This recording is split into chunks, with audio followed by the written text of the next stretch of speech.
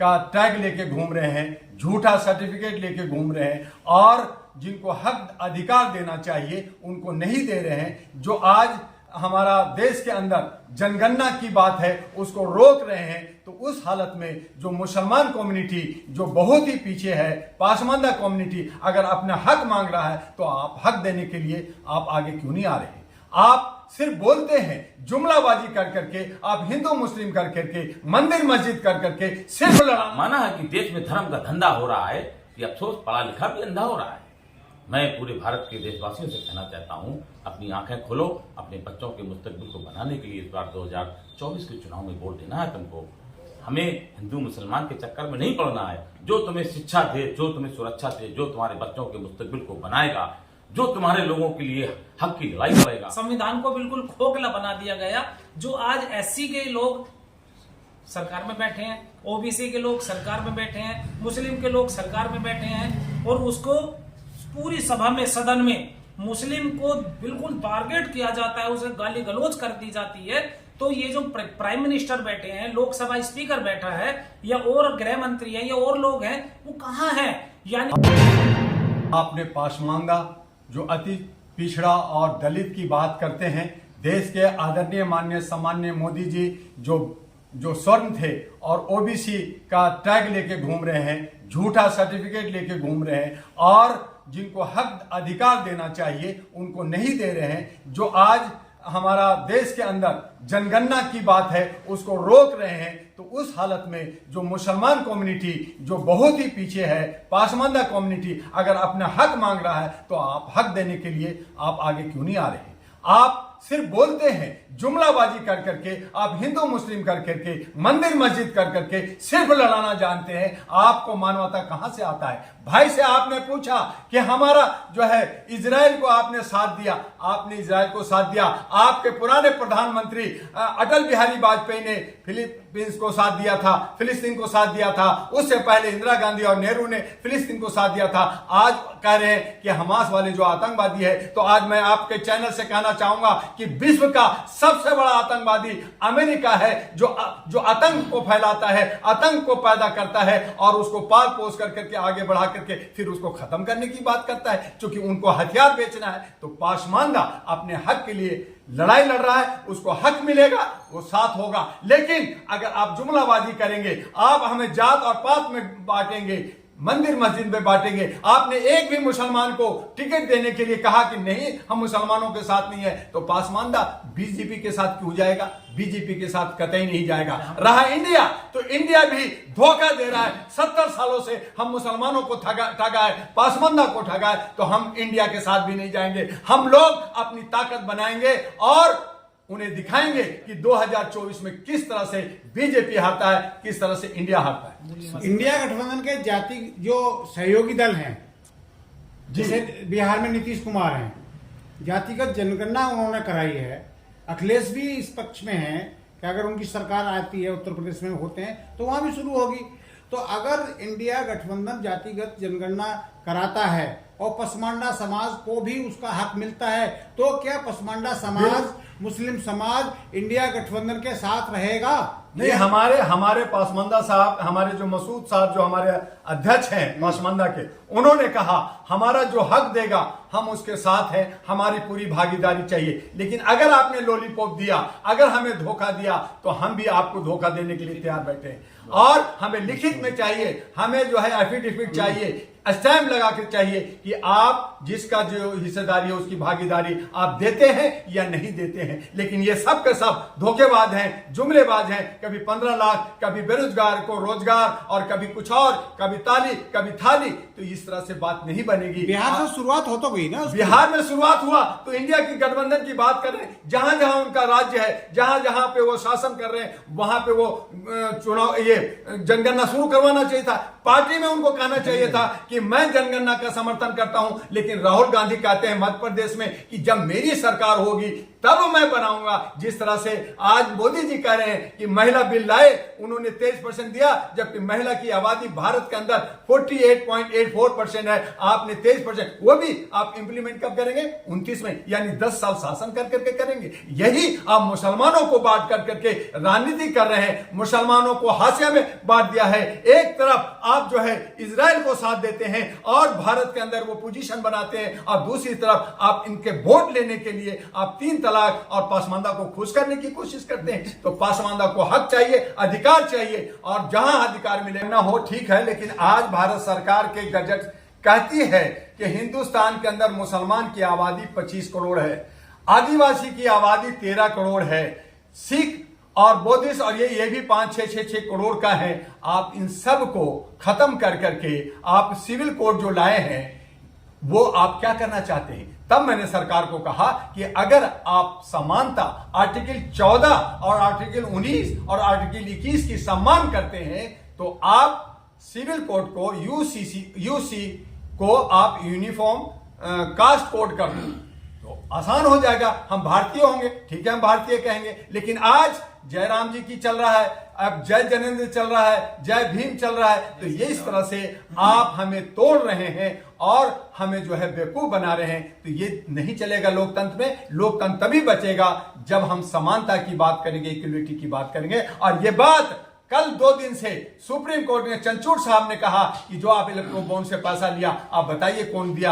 आप जो है आर्टिकल 14 का आप समानता का इक्वलिटी नहीं दे रहे हैं, आपको 10,000 करोड़ मिलता है, किसी को कुछ मिलता है, तो आप इसका इस्तेमाल जो है इलेक्शन में कर करके लोगों को दबाने की बात कर रहे हैं। और मोदी जी ने खुद कहा कि मैं मुसलमानों को वोट नहीं, एक सीट नहीं दूंगा। तो 25 करोड़ को मुसलमानों को आप जो है हमास समझ रखा है। तो आप हिंदुस्तान के अंदर क्या आप जो है हमास और इजराइल और जो है वहां के यहूदी और जो ईसाई हैं उनमें बांटना चाहते हैं? ये नहीं चलेगा। हमारा देश सेकुलर देश है, हम एकता अनेकता में एकता के साथ। बीजेपी हटाने का जो माहौल चल रहा है पूरे भारत में, देखिए मैं मानता हूं कि जो बीजेपी ने, जब कांग्रेस की सरकार थी, मनमोहन सिंह की सरकार थी इस देश में, और बीजेपी अपने मुद्दे लेकर के आई कि हम रोटी कपड़ा और मकान सबको शिक्षा देंगे, सबको सुरक्षा देंगे, तो लोगों ने यकीन किया बीजेपी के ऊपर और बीजेपी को वोट दिया। बीजेपी पूरे सत्ता में आई, पूरी बहुमत से सरकार बनाई, एक बार नहीं दोबारा सरकार बनाई। अभी भी कुछ लोग यकीन कर रहे हैं धर्म के नाम पे, मंदिर के नाम पे, हिंदू मुस्लिम करके चुनाव जीत रही है, ये तो एक फंडा है। लेकिन मैं अपनी जनता से, देश की जनता से सवाल करता हूं कि आप लोगों को क्या हो गया है? माना है कि देश में धर्म का धंधा हो रहा है, कि अफसोस पढ़ा लिखा भी अंधा हो रहा है। मैं पूरे भारत के देशवासियों से कहना चाहता हूं, अपनी आंखें खोलो, अपने बच्चों के मुस्तकबिल को बनाने के लिए इस बार 2024 के चुनाव में वोट देना है तुमको। हमें हिंदू मुसलमान के चक्कर में नहीं पड़ना है। जो तुम्हें शिक्षा दे, जो तुम्हें सुरक्षा दे, जो तुम्हारे बच्चों के मुस्तकबिल को बनाएगा, जो तुम्हारे लोगों के लिए हक की लड़ाई लड़ेगा, उसको वोट दीजिए, देश को बनाइए। खाली मंदिर बनाने से, मस्जिद बनाने से अगर जिंदगी चल जाती है तो लोग कॉलेज और ये यूनिवर्सिटियां क्यों बनाते भाई? लेकिन लगातार जो है कहा जा रहा है कि ओबीसी या फिर पसमानदा से प्रधानमंत्री बनना चाहिए, लेकिन जो है नरेंद्र मोदी हो या भाजपा को कौन वोट करता है? जो दलित होते हैं, ओबीसी होते हैं, ज्यादा मेन वोटर तो वही है, वही सरकार बनाते हैं। देखिए, मेरा जो मानना है कि उत्तर प्रदेश नहीं पूरे भारत में अगर ये सरकारें जो बन रही हैं, लेकिन मेरा मानना है कि जो भी ऐसा कोई प्रधानमंत्री देश का बन जाएगा जो सारे लोगों की हक और हिस्सेदारी दे देगा, जो इस देश के मूल निवासी लोग हैं, दलित है, पिछड़ा है, पसमानदा है, जितने भी लोग हैं समाज में, सबकी अगर बराबर की हिस्सेदारी अगर जिस प्रधानमंत्री ने दे दी, तो मेरा मानना है वो 50 साल तक वो सरकार इस देश से नहीं जाएगी। लेकिन एक बहुत अक्सर जो आप लोग कहते हैं कि मनुवादी सोच वाले जो देश के लिए खतरा है, लेकिन अक्सर देखा गया है जो दंगे होते हैं उसमें कौन लोग शामिल होते हैं? देखिए, दंगे में लोगों को भड़काया जाता है मेरे भाई। जो नौजवान हमारे इस देश के नौजवान है बेचारे, वो उनको जानकारी नहीं है कि हम कहाँ जा रहे हैं, किस गड्ढे में कूद रहे हैं, और उनको उनका माइंड वाइज करके उनको समझा करके उनको भड़काया जाता है। लेकिन अब जनता जाग चुकी है, समझ रही है कि हमें कहाँ कहाँ भड़काया जा रहा है, कहाँ कहाँ क्या हो रहा है। अब 2024 के चुनाव में भारतीय पसमानदा मुस्लिम महासभा की नेशनल प्रेसिडेंट होने के नाते से मैं पूरे भारत में दौरे कर रहा हूं, सब लोगों को जोड़ रहा हूं। भारतीय माने पूरा भारत, पसमानदा माने तमाम दलित, पिछड़े, मुसलमान, दलित, ओबीसी सारे लोग मिल करके आए और सहयोग करें और भारत में एक नया इतिहास लिखें जो भागीदारी देगा, जो हिस्सेदारी देगा। हम उसी के साथ में 2024 में जाएंगे। हमें किसी को हराने जिताने के लिए हम किसी को वोट नहीं देंगे। हमको 70 साल से यही कहा गया कि बीजेपी को हराओ, बीजेपी को हराओ। आखिर हम क्यों बीजेपी को हरा दे भाई? हमने ठेका थोड़ी ले रखा है बीजेपी को हराने का। नहीं, मुसलमानों ने तो ठेका ले नहीं, मैंने नहीं ले रखा। मेरे साथ 17 लाख लोग इस देश में जुड़े हैं। उन्होंने साफ कहा कि मैंने बीजेपी को हराने का कोई ठेका नहीं ले रखा है। मैंने टेंडर नहीं डाल रखा है बीजेपी को हराने का। जो मेरे बच्चों के मुस्तकबिल को बनाएगा, हम उसी के साथ में 2024 के चुनाव में खड़े होंगे। ये मेरा खुला ऐलान है। मेरी अभी कल एक प्रोग्राम रामलीला मैदान में था, देश बचाओ संविधान बचाओ।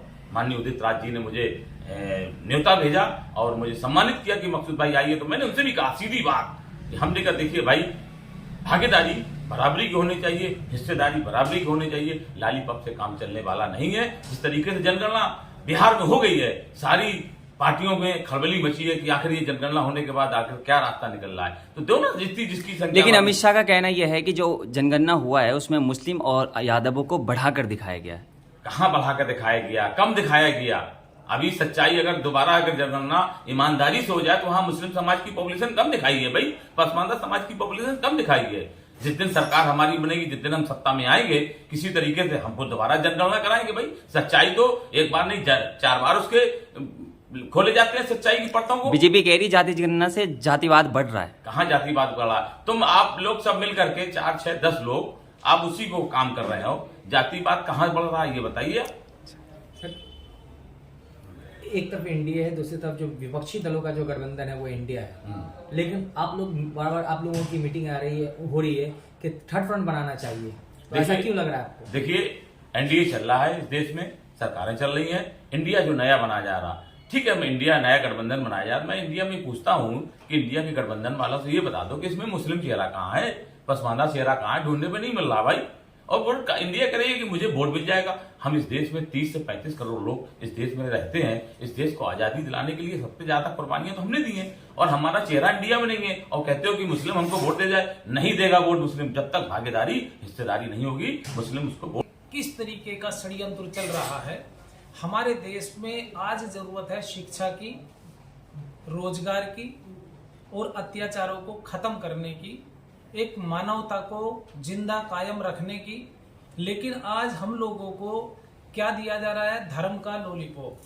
हमारा जो आज युवा वर्ग है उसको शिक्षित होना चाहिए था, उसको शिक्षा मिलनी चाहिए, उसको रोजगार मिलना चाहिए। हमारी गरीब जनता को, पसमानदा को, हमारी जो मजलूम जाति है, हमारी जो मजलूम कौम है, हमारी इंसानियत मानवता हमारे देश में आज 85-90% है। लेकिन आज उसको केवल और केवल झूठा और घिनौने तरीके से उनको सताया जा रहा है। बहन बेटियों के साथ अत्याचार किए जा रहे हैं। उनके साथ में अत्याचार नहीं, दुष्कर्म होकर के सामूहिक बलात्कार करके उन्हें मार दिया जा रहा है। और उसमें यदि आप आवाज उठाओगे तो आपके लिए न्याय खत्म। यानी संविधान है कहां? आप बताइए। मैं आपसे पूछना चाहता हूं, न्याय वो होता है जब आपको बराबर का हक मिले, आपको न्याय अधिकार मिले। लेकिन आपके साथ में पुलिस फोर्स है और मैं पुलिस की कस्टडी में हूं और मुझे आके गोली मार दी जाती है, तो कहां कानून है? लेकिन मोदी जी कहते हैं कि मैं संविधान की बदौलत ही पीएम प्रधानमंत्री चुना हूं। बिल्कुल हकीकत है, ये तो सच्चाई है 100% के। संविधान की बराबर, संविधान के अकॉर्डिंग ही पीएम बना है, मुख्यमंत्री सीएम बना है, या जितना भी और कुछ बन रहा है। लेकिन वो बनते ही क्या कर रहा है? जनता का शोषण कर रहे हैं। जनता का खुलेआम शोषण हो रहा है। आज उसके लिए हक अधिकार मानवता के कहां हैं? हक अधिकार बताइए मानवता के कहां हैं? जो अधिकार हैं उनको बिल्कुल धराशायी कर दिया जा रहा है, इग्नोर कर दिया जा रहा। संविधान को बिल्कुल खोखला बना दिया गया। जो आज एससी के लोग सरकार में बैठे हैं, ओबीसी के लोग सरकार में बैठे हैं, मुस्लिम के लोग सरकार में बैठे हैं, और उसको पूरी सभा में, सदन में मुस्लिम को बिल्कुल टारगेट किया जाता है, उसे गाली गलौज कर दी जाती है। तो ये जो प्राइम मिनिस्टर बैठे हैं, लोकसभा स्पीकर बैठा है, या और गृह मंत्री है, या और लोग हैं, वो कहां हैं? यानी कि उन लोगों का इस प्रोपेगेंडा पे हाथ है, ये समझिए। तो वो देश के प्राइम मिनिस्टर कहां हो गए? वो तो बिल्कुल देशद्रोही हो गए। गृह मंत्री है, वो देश के लिए कहां काम कर रहे हैं? अपने बच्चे को, जो जिसको टारगेट का पता नहीं है, क्रिकेट का पता नहीं है, उसको आप बहुत बड़ा हेड बना देते हो।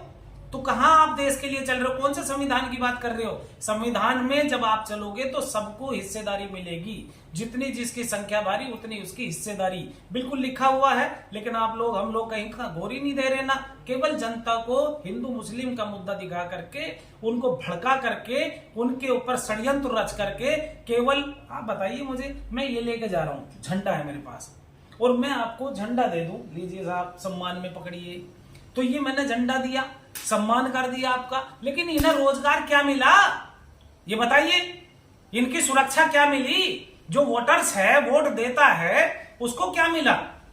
उसको तो सवाल यह है कि बहुजन एकजुट कहाँ है? आप कहते हैं संविधान बचाओ, बीजेपी हराओ, कैसे हराएंगे आप? अरे मेरे भाई, हम लोग जो कहते हैं, हम समाज में उतर के काम कर रहे हैं, विचारधारा दे रहे हैं, लेकिन हम लोग क्यों कमजोर पड़ रहे हैं? भाई देखिए, लोकतंत्र का 4 स्तंभ हैं, विधायिका, कार्यपालिका, न्यायपालिका और मीडिया। और मीडिया पर वो लोग मनुवादी जो ताकते हैं वो काबिज हैं, वो मनुवादी जो ताकते हैं वो काबिज है। इसलिए जो जनता देखना चाहती है वो टीवी पे उन्हें रोज डेली गलत अनसंड चीजें दिखा रही है। जब अभी टीवी की बात में याद आ गई, अभी इजराइल का पंगा चल रहा है। इजराइलियों को जगह किसने दी? फिलिस्तीन ने। क्यों? क्योंकि वो भूखे नंगे आए थे कि जी हमारा यहाँ पर रहने का। एक मुस्लिम जो है इस्लाम मजहब का, वो एक बिल्कुल दयावान होता व्यक्ति, इस्लाम मजहब में बिल्कुल दया दिखाई है कि मानवता को सबसे आगे रखना है, चाहे वो अपना दुश्मन हो। अब उन्होंने जगह दे दी और धीरे धीरे धीरे धीरे तुमने उन्हीं को आज 70-80% कब्जा कर लिया। और यदि मैं अपने देश के लिए खड़ा होता हूं, आप मुझे क्या आतंकवादी बतलाओगे? मैं यदि सरकार के विरोध हूं, आप सरकार यदि चला रही है तो मैं उसके लिए खड़ा होऊंगा, तो मैं देश के लिए क्या कहलाऊंगा? मोदी जी ने इजराइल में, फिलिस्तीन में अनाज भेजा है, समर्थन किया है। कौन सा भेजा भाई साहब? अभी मीडिया चैनलों को देख लो, उन्हें आतंकवादी और क्या क्या उल्टा सीधा कह रहे हैं। यदि हमास ग्रुप कोई उनके अपने देश की सुरक्षा के लिए कुछ कदम उठा रहा है तो वो तो अपने देश के लिए एक महान क्रांतिकारी वीर हो गया ना। मेरा सवाल आखिरी ये है कि बहुजन एकजुट कैसे होंगे? 2019 में भी नहीं हुए, 2014 में भी नहीं हुए। के लिए देखिए, हम लोगों को जन जन घर घर जा करके ये जो हम कदम उठा रहे हैं, लोग के बीच जा करके हम बता रहे हैं, क्योंकि उन्होंने तो कब्जा किया हुआ है मीडिया से भी, उन्होंने तो कब्जा किया है न्याय विभाग से भी, उन्होंने तो कब्जा किया है प्रशासनिक भी, उन्होंने तो कब्जा किया हुआ है हर तरह से। लेकिन हम लोग कैसे काबिज होंगे वो जनता को सोचना होगा। और जनता जिस दिन जन क्रांति कर देगी उसी दिन आप देखना बिल्कुल आंदोलन होगा और देश को मुक्ति मिलेगी इस षड्यंत्र से, इस काला बाजारी से, इस चोर बाजारी से, जो आज लूटमारी हो रही है, जो आज पहले तड़ीमार कह रहा जा रहा, वो आज गृह मंत्री बैठे हैं, जो आज एक देश में आतंक मचाने करके मानवता को खत्म कर दिया था हिंदू मुस्लिम के झगड़े करके, उसको आप प्राइम मिनिस्टर बना रहे हो। तो